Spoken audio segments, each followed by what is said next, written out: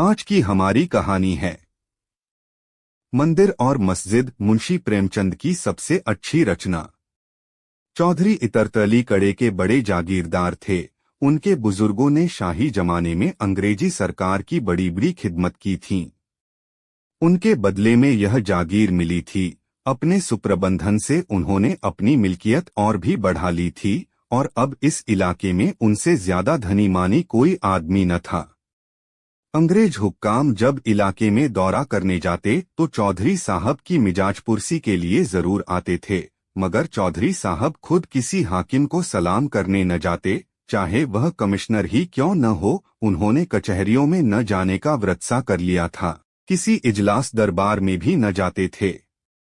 किसी हाकिम के सामने हाथ बांधकर खड़ा होना और उसकी हर एक बात पर जी हुजूर करना अपनी शान के खिलाफ समझते थे। वह यथासाध्य किसी मामले मुकदमे में न पड़ते थे, चाहे अपना नुकसान ही क्यों न होता हो।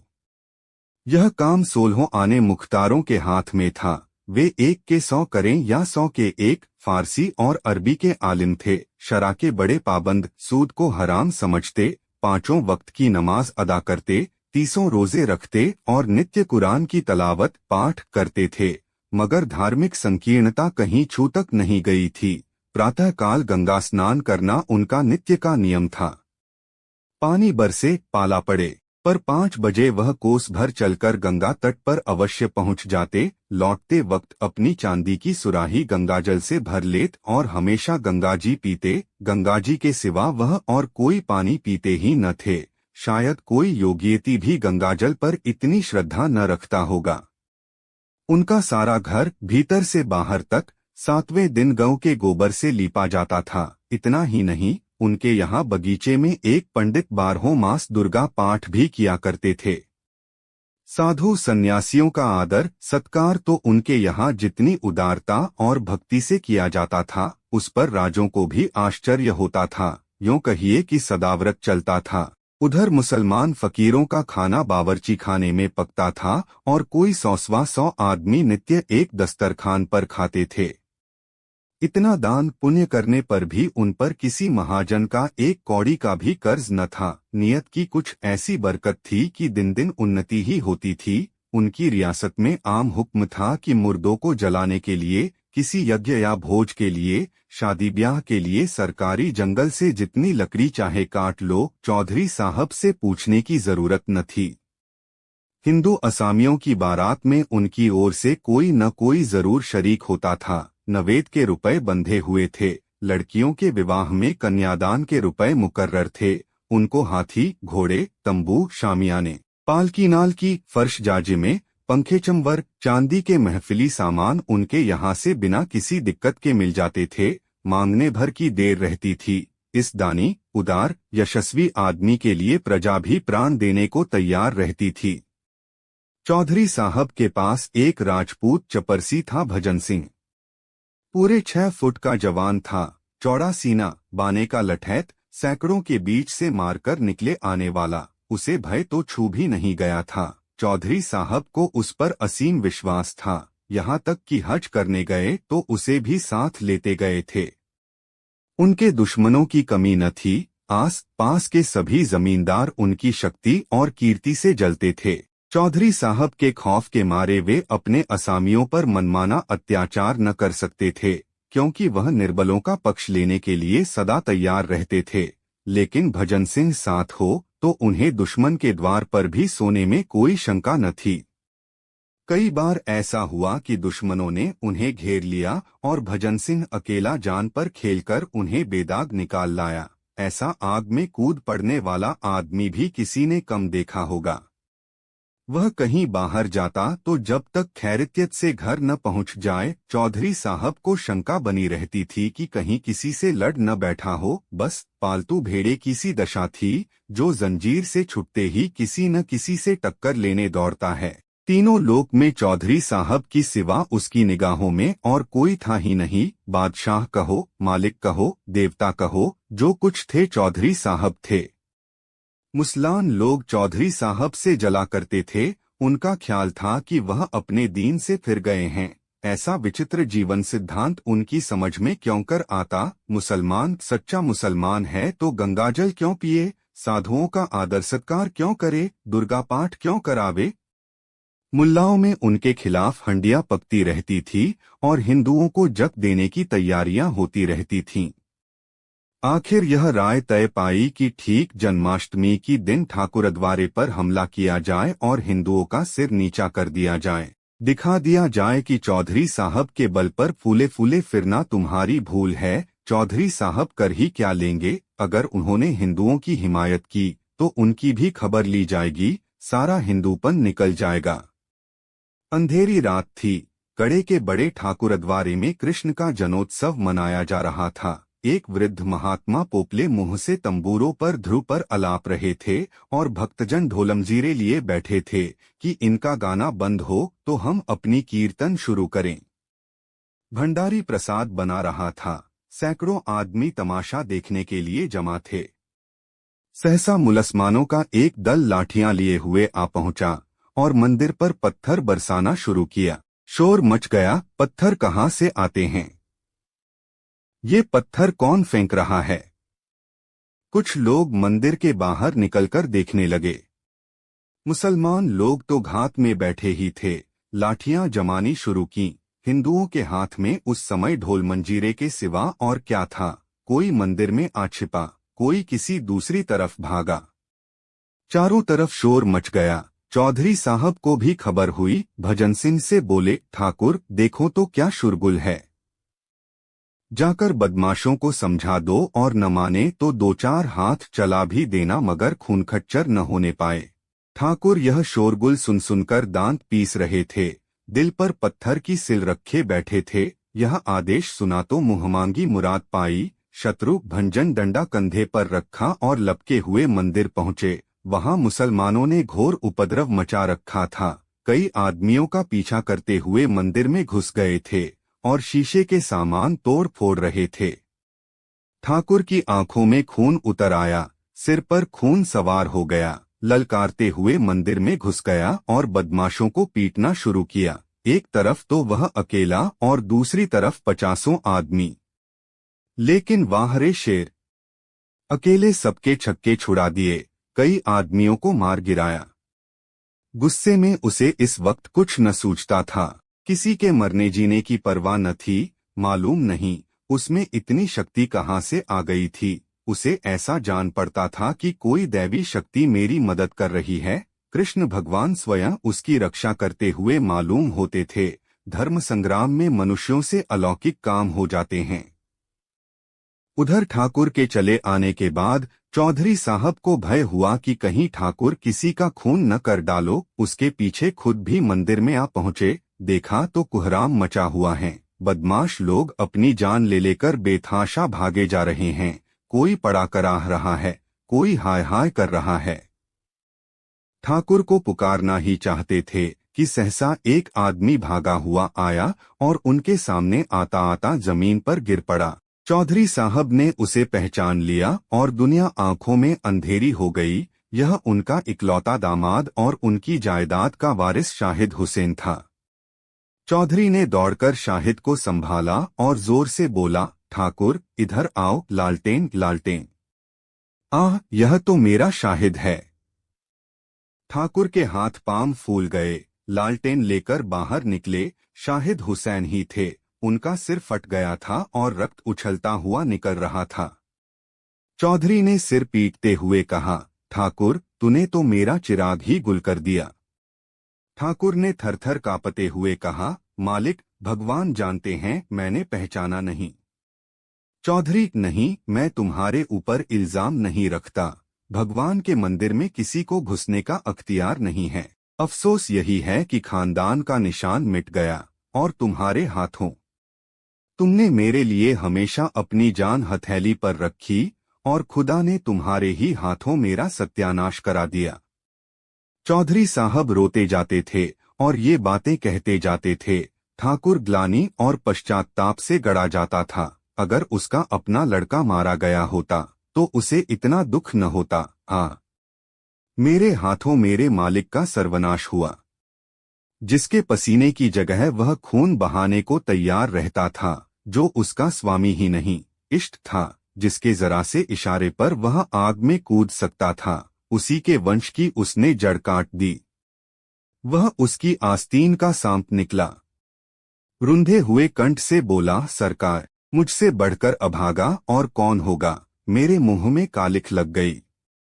यह कहते कहते ठाकुर ने कमर से छुरा निकाल लिया। वह अपनी छाती में छुरा घोंपकर कालिमा को रक्त से धोना ही चाहते थे कि चौधरी साहब ने लपककर छुरा उनके हाथों से छीन लिया और बोले, क्या करते हो, होश संभालो। ये तकदीर के करिश्मे हैं, इसमें तुम्हारा कोई कसूर नहीं। खुदा को जो मंजूर था वह हुआ। मैं अगर खुद शैतान के बहकावे में आकर मंदिर में घुसता और देवता की तौहीन करता और तुम मुझे पहचान कर भी कत्ल कर देते तो मैं अपना खून माफ कर देता। किसी के दीन की तौहीन करने से बड़ा और कोई गुनाह नहीं है। गो इस वक्त मेरा कलेजा फटा जाता है और यह सदमा मेरी जान ही लेकर छोड़ेगा, पर खुदा गवाह है कि मुझे तुमसे जरा भी मलाल नहीं है। तुम्हारी जगह मैं होता तो मैं भी यही करता, चाहे मेरे मालिक का बेटा ही क्यों न होता। घर वाले मुझे तानों से छेदेंगे, लड़की रो रो कर मुझसे खून का बदला मांगेंगी, सारे मुसलान मरे खून के प्यासे हो जाएंगे। मैं काफिर और बेदीन कहा जाऊंगा। शायद कोई दीन का पक्का नौजवान मुझे कत्ल करने पर भी तैयार हो जाए, लेकिन मैं हक से मुंह न मोड़ूंगा।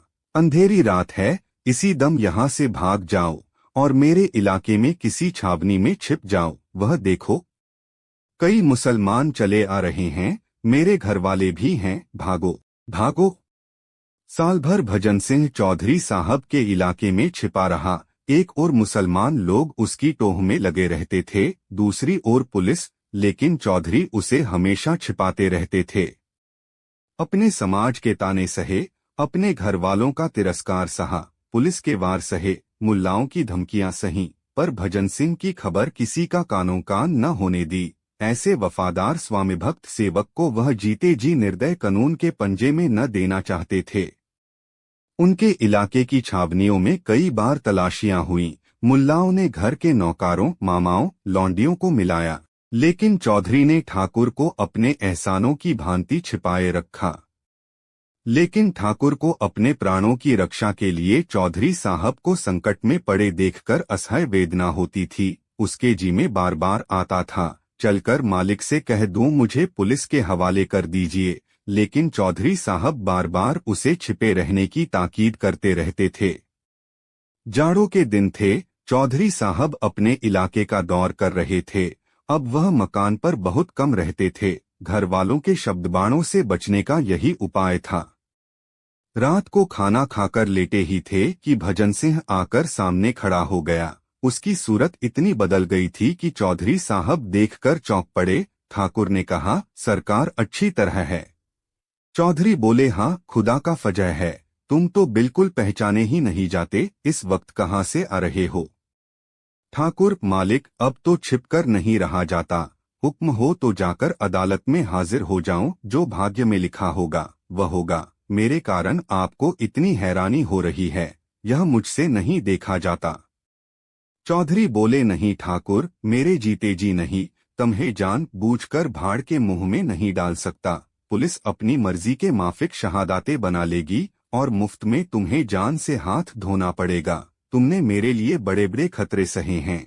अगर मैं तुम्हारे लिए इतना भी न कर सकूं तो मुझसे कुछ मत कहना।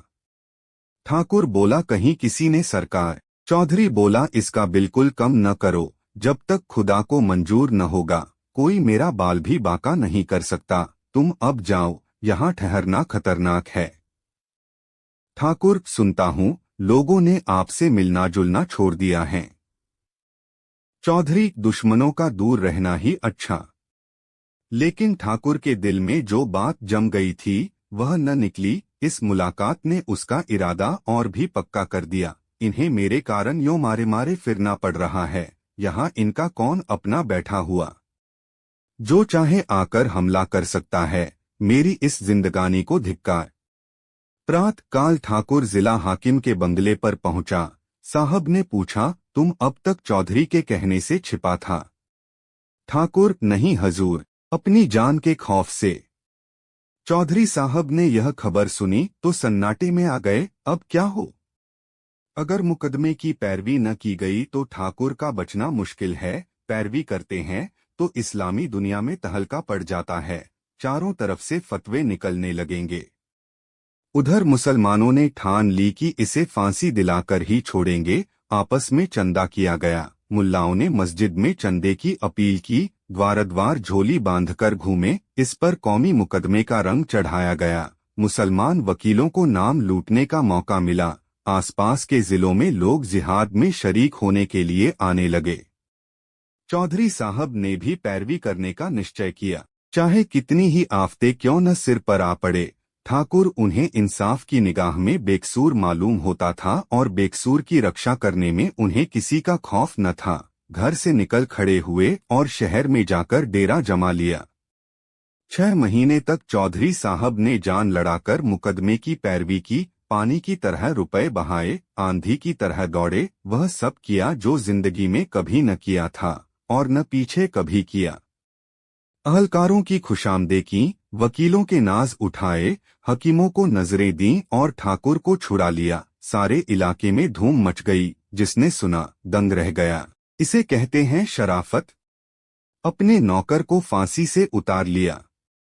लेकिन सांप्रदायिक द्वेष ने इस सत्कार्य को और ही आंखों से देखा। मुसलमान झल्लाए, हिंदुओं ने बगले बजाईं। मुसलमान समझे इनकी रहीसी मुसलमानी भी गायब हो गई। हिंदुओं ने ख्याल किया, अब इनकी शुद्धि कर लेनी चाहिए। इसका मौका आ गया। मुल्लाओं ने जारे जोर से तबलीग की हाक लगानी शुरू की। हिंदुओं ने भी संगठन का झंडा उठाया। मुसलमानों की मुसलमानी जाग उठी और हिंदुओं का हिंदुत्व। ठाकुर के कदम भी इस रेले में उखड़ गए। मंचले थे ही हिंदुओं के मुखिया बन बैठे। जिंदगी में कभी एक लोटा जल तक शिव को न चढ़ाया था। अब देवी देवताओं के नाम पर लठ चलाने के लिए उद्यत हो गए।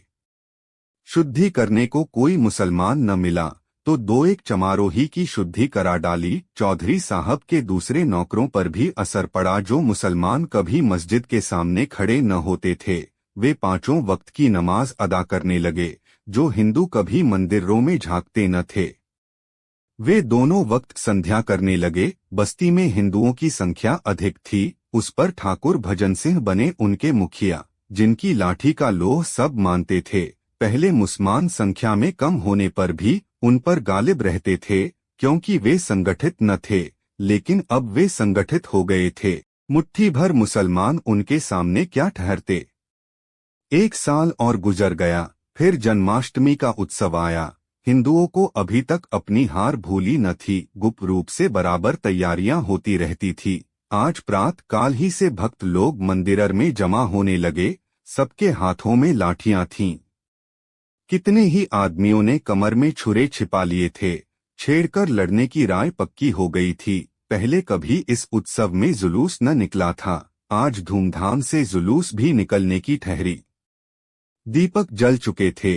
मस्जिदों में शाम की नमाज होने लगी थी। जुलूस निकला। हाथी, घोड़े, झंडे झंडियां, बाजे गाजे सब साथ थे। आगे आगे भजन सिंह अपने अखाड़े के पट्टों को लिए अकड़ते चले जाते थे। जामा मस्जिद सामने दिखाई दी। पट्टों ने लाठियां संभाली। सब लोग सतर्क हो गए। जो लोग इधर उधर बिखरे हुए थे, आकर सिमट गए। आपस में कुछ कानाफूसी हुई। बाजे और जोर से बजने लग गए। जय जयकार की ध्वनि और जोर से उठने लगी। जुलूस मस्जिद के सामने आ पहुंचा। सहसा एक मुसलमान ने मस्जिद से निकलकर कहा, नमाज का वक्त है, बाजे बंद कर दो। भजन सिंह, बाजे न बंद होंगे, मुसलमान बंद करने पड़ेंगे। भजन सिंह, तुम अपनी नमाज क्यों नहीं बंद कर देते? मुसलमान, चौधरी साहब के बल पर मत फूलना, अब की होश ठंडे हो जाएंगे। भजन सिंह, चौधरी साहब के बल पर तुम फूलो, यहाँ अपने ही बल का भरोसा है, यह धर्म का मामला है। इतने में कुछ और मुसलमान निकल आए और बाज बंद करने का आग्रह करने लगे। इधर और जोर से बाजे बजने लगे। बात बढ़ गई। एक मौलवी ने भजन सिंह को काफिर कह दिया। ठाकुर ने उसकी दाढ़ी पकड़ ली। फिर क्या था, सूरमा लोग निकल पड़े। मारपीट शुरू हो गई। ठाकुर हल्ला मारकर मस्जिद में घुस गए और मस्जिद के अंदर मारपीट होने लगी। यह नहीं कहा जा सकता कि मैदान किसके हाथ रहा। हिंदू कहते थे हमने खदेड़ खदेड़ कर मारा, मुसलमान कहते थे हमने वह मार मारी कि फिर सामने नहीं आएंगे। पर इन विवादों की बीच में एक बात मानते थे, और वह थी ठाकुर भजन सिंह की अलौकिक वीरता। मुसलमानों का कहना था कि ठाकुर न होता तो हम किसी को जिंदा न छोड़ते। हिंदू कहते थे कि ठाकुर सचमुच महावीर का अवतार है। इसकी लाठियों ने उन सबों के छक्के छुड़ा दिए। उत्सव समाप्त हो चुका था। चौधरी साहब दीवान खाने में बैठे हुए हुक्का पी रहे थे। उनका मुख लाल था, त्योरियां चढ़ी हुई थी और आंखों से चिंगारियां सी निकल रही थीं। खुदा का घर नापाक किया गया, यह ख्याल रह रहकर उनके कलेजे को भसोसता था। खुदा का घर नापाक किया गया। जालिमों को लड़ने के लिए क्या नीचे मैदान में जगह न थी? खुदा के पाक घर में यह खून खच्चर, मस्जिद की यह बेहुरमती। मंदिर भी खुदा का घर है और मस्जिद भी। मुसलमान किसी मंदिर को नापाक करने के लिए सजा के लायक है, क्या हिंदू मस्जिद को नापाक करने के लिए उसी सजा के लायक नहीं? और यह हरकत ठाकुर ने की। इसी कसूर के लिए तो उसने मेरे दामाद को कत्ल किया। मुझे मालूम होता है कि उसके हाथों ऐसा फेल होगा तो उसे फांसी पर चढ़ने देता। क्यों उसके लिए इतना हैरान, इतना बदनाम, इतना जेरबार होता? ठाकुर मेरा वफादार नौकर है, उसने बारहा मेरी जान बचाई है, मेरे पसीने की जगह खून बहाने को तैयार रहता है। लेकिन आज उसने खुदा के घर को नापाक किया है और उसे इसकी सजा मिलनी चाहिए। इसकी सजा क्या है? जहन्नुम। जहन्नुम की आग के सिवा इसकी और कोई सजा नहीं है। जिसने खुदा के घर को नापाक किया उसने खुदा की तौहीन की। खुदा की तौहीन। सहसा ठाकुर भजन सिंह आकर खड़े हो गए। चौधरी साहब ने ठाकुर को क्रोधोन्मत्त आंखों से देखकर कहा, तुम मस्जिद में घुसे थे? भजन सिंह सरकार, मौलवी लोग हम लोगों पर टूट पड़े। चौधरी मेरी बात का जवाब दो जी, तुम मस्जिद में घुसे थे? भजन सिंह, जब उन लोगों ने मस्जिद के भीतर से हमारे ऊपर पत्थर फेंकना शुरू किया तब हम लोग उन्हें पकड़ने के लिए मस्जिद में घुस गए। चौधरी जानते हो मस्जिद खुदा का घर है। भजन सिंह जानता हूँ हुजूर, क्या इतना भी नहीं जानता? चौधरी मस्जिद खुदा का वैसा ही पाक घर है जैसे मंदिर। भजन सिंह ने इसका कुछ जवाब न दिया। चौधरी, अगर कोई मुसलमान मंदिर को नापाक करने के लिए गर्दन जदनी है तो हिंदू भी मस्जिद को नापाक करने के लिए गर्दन जदनी है। भजन सिंह इसका भी कुछ जवाब न दे सका। उसने चौधरी साहब को कभी इतने गुस्से में न देखा था। चौधरी, तुमने मेरे दामाद को कत्ल किया और मैंने तुम्हारी पैरवी की, जानते हो क्यों? इसलिए कि मैं अपने दामाद को उस सजा के लायक समझता था जो तुमने उसे दी। अगर तुमने मेरे बेटे को या मुझी को उस कसूर के लिए मार डाला होता तो मैं तुमसे खून का बदला न मांगता। वही कसूर आज तुमने किया है। अगर किसी मुसलमान ने मस्जिद में तुम्हें जहन्नुम में पहुंचा दिया होता तो मुझे सच्ची खुशी होती, लेकिन तुम बेहयाओं की तरह वहां से बचकर निकल आए। क्या तुम समझते हो खुदा तुम्हें इस फेल की सजा न देगा? खुदा का हुक्म है कि जो उसकी तौहीन करे उसकी गर्दन मार देनी चाहिए। यह हर एक मुसलमान का फर्ज है। चोर अगर सजा न पावे तो क्या वह चोर नहीं है? तुम मानते हो या नहीं कि तुमने खुदा की तौहीन की? ठाकुर इस अपराध से इनकार न कर सके। चौधरी साहब के सत्संग ने हठधर्मी को दूर कर दिया था। बोले, हाँ साहब, यह कसूर तो हो गया। चौधरी, इसकी जो सजा तुम दे चुके हो वह सजा खुद लेने के लिए तैयार हो? ठाकुर, मैंने जानबूझकर तो दूल्हा मियाँ को नहीं मारा था। चौधरी, तुमने न मारा होता तो मैं अपने हाथों से मारता, समझ गए? अब मैं तुमसे खुदा की तौहीन का बदला लूंगा। बोलो, मेरे हाथों चाहते हो या अदालत के हाथों? अदालत से कुछ दिनों के लिए सजा पा जाओगे, मैं कत्ल करूंगा। तुम मेरे दोस्त हो, मुझे तुमसे मुतलक कीना नहीं है। मेरे दिल को कितना रंज है यह खुदा के सिवा और कोई नहीं जान सकता। लेकिन मैं तुम्हें कत्ल करूंगा। मेरे दीन का यह हुक्म है। यह कहते हुए चौधरी साहब तलवार लेकर ठाकुर के सामने खड़े हो गए। विचित्र दृश्य था। एक बूढ़ा आदमी, सिर के बाल पके, कमर झुकी, तलवार लिए एक देव के सामने खड़ा था। ठाकुर लाठी के एक ही वार से उनका काम तमाम कर सकता था, लेकिन उसने सिर झुका दिया। चौधरी के प्रति उसक रोम रोम में श्रद्धा थी। चौधरी साहब अपने दीन के इतने पक्के हैं, इसकी उसने कभी कल्पना तक न की थी। उसे शायद धोखा हो गया था कि यह दिल से हिंदू हैं। जिस स्वामी ने उसे फांसी से उतार लिया, उसके प्रति हिंसा या प्रतिकार का भाव उसके मन में क्यों कर आता? वह दिलेर था और दिलेरों की भांति निष्कपट था। उसे इस समय क्रोध न था, पश्चाताप था। दीन कहता था मारो, सज्जनता कहती थी छोड़ो। दीन और धर्म में संघर्ष हो रहा था।